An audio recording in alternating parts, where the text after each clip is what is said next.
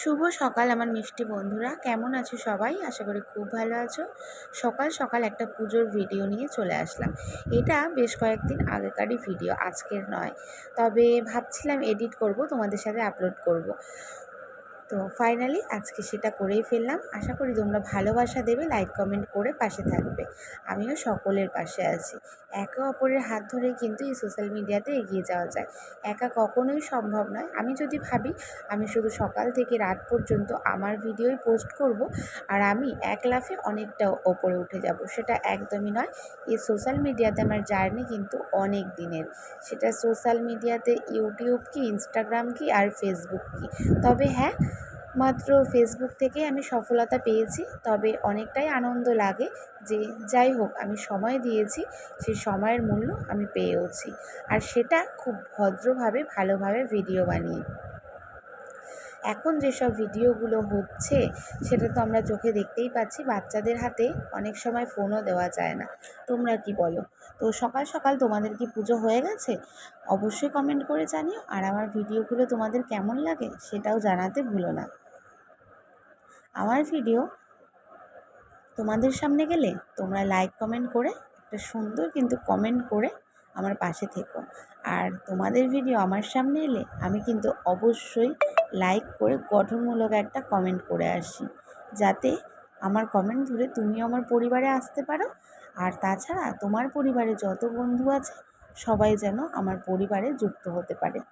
এইভাবেই কিন্তু আমরা একে অপরের হাত ধরে অনেকটা পথ এগিয়ে যেতে পারি, আমাদের পরিবারটাকে বড় করতে পারি।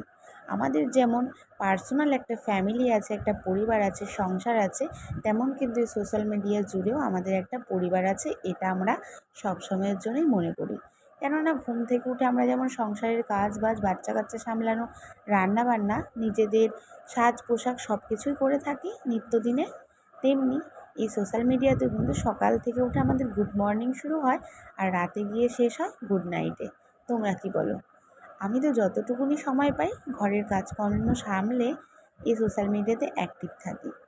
বন্ধুদের সাথে চেনা পরিচিতি হয়, অনেক দূরের বন্ধুও কিন্তু অনেক আপনও হয়ে যায়, অনেক দিদিভাই দাদাভাই সাথে পরিচিত হয়। তো শুধু যে রক্তের সম্পর্কই থাকলেই সেটা সম্পর্ক, সেটা নয়। এটা এই সোশ্যাল মিডিয়াতে বুঝতে পেরেছি এসে। অনেক ভাই বোন দাদা দিদির সাথে পরিচয় হয়েছে এই সোশ্যাল মিডিয়া থেকে। অনেকেই আছে আমাকে চেনে না জানে না, তাও কিন্তু আমাকে দিদি বলে ডাকে। বা আমিও অনেককেই চিনি না জানি না, তবুও আমি দিদি ভাই বোন বলে তাদেরকে ডাকি। এটা বেশ কিন্তু ভালোই লাগে। তাহলে এটা আমাদের একটা পরিবারই তো হলো, তাই নয় কি? আর দেখো পুজো হয়েও গেল আমার অলরেডি অনেকটাই, এই যে গল্প করতে করতে। আর ভিডিও করতে আমার কিন্তু অনেক ভালো লাগে, বিশ্বাস করো। অনেক দিন থেকেই যেহেতু ভিডিও করছি, ওই জন্য ভিডিও করতে আমি অনেক পছন্দ করি।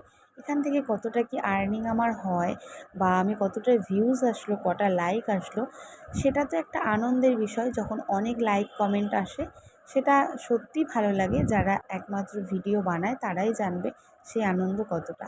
তাছাড়াও এই যে এক একটা করে দিন আমাদের জীবন থেকে চলে যাচ্ছে, সেটা তো আমরা আর ফিরে পাবো না।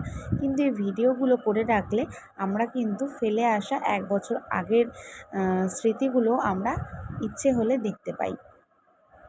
তাই জন্যও কিন্তু বলতে পারো কিছুটা আমার এই ভিডিও করা।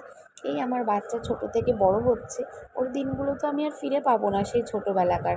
কিন্তু এই সোশ্যাল মিডিয়াতে আমি আপলোড করে রাখলে আমি সেটা 10 বছর পরে গিয়েও একদম ছোট্টবেলাকার স্মৃতিগুলো দেখতে পাবো। আমার তো সেটাই মনে হয়। আর সেই ভালোবাসার থেকেই কিন্তু আমার ভিডিও করা।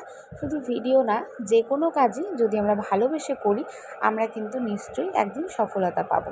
তাই সৎ পথে সৎভাবে এগিয়ে চলো, একদিন সকলের মন জয় করে নিতে পারবে। আজকে না হয় আমাদের আইডিটা নতুন আছে, ছোট আছে, কিন্তু একদিন সেটাই যে অনেক বড় হয়ে যাবে না, সেটাও তো একটা কথা নয়, তাই না? তাই জন্য মন দিয়ে কাজ করে যাও। কটা লাইক আসলো, কটা কমেন্ট আসলো, কটা বন্ধু তোমাকে ভালোবাসা দিয়ে গেল, সেটার থেকে বড় কথা তুমি প্রত্যেক দিনের মতন যেমন আমরা সংসারে কাজকর্ম করি সেমনভাবেই করে যাও।